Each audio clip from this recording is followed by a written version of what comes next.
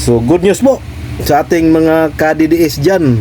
Desisyon ng Korte Suprema, dineclare na po ng unconstitutional.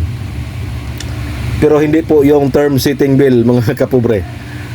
Dineclare na po na unconstitutional ang article of impeachment ni BP Sara Duterte.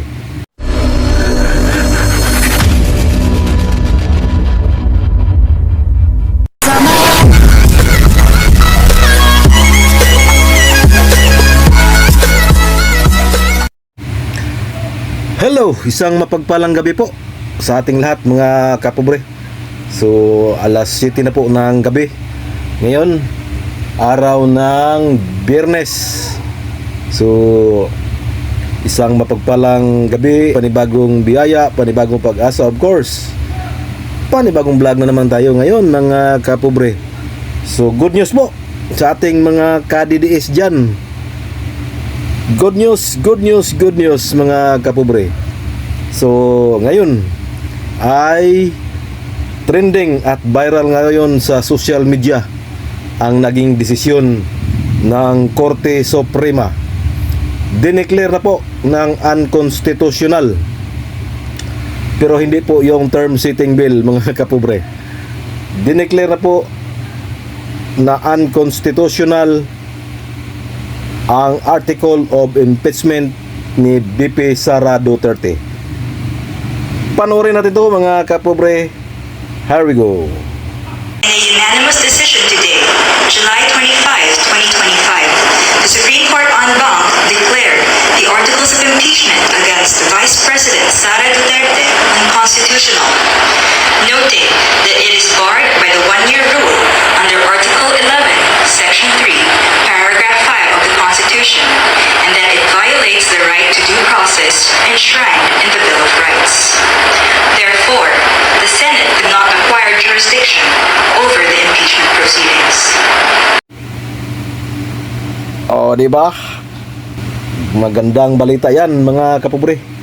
Sa mga ka-DDS natin diyan, congratulations at nagwagi po tayo mga kapobre. So, yan po ang spokesperson ng Korte Suprema ay binasa na po ang desisyon ng mga judges at unanimous po, unanimous decision, declared unconstitutional ang article of impeachment ni Vice President Sara Duterte.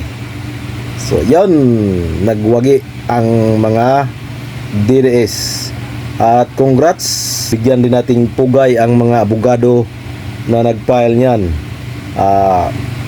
Sila Attorney Israelito Torion, si Attorney Delga, si Attorney Acosta, at saka yung iba pang mga abogado na nag-file ng petisyon sa Supreme Court para ma-declare na unconstitutional ang impeachment ni Vice President Sara Duterte. So napakagandang balita mga kapobre.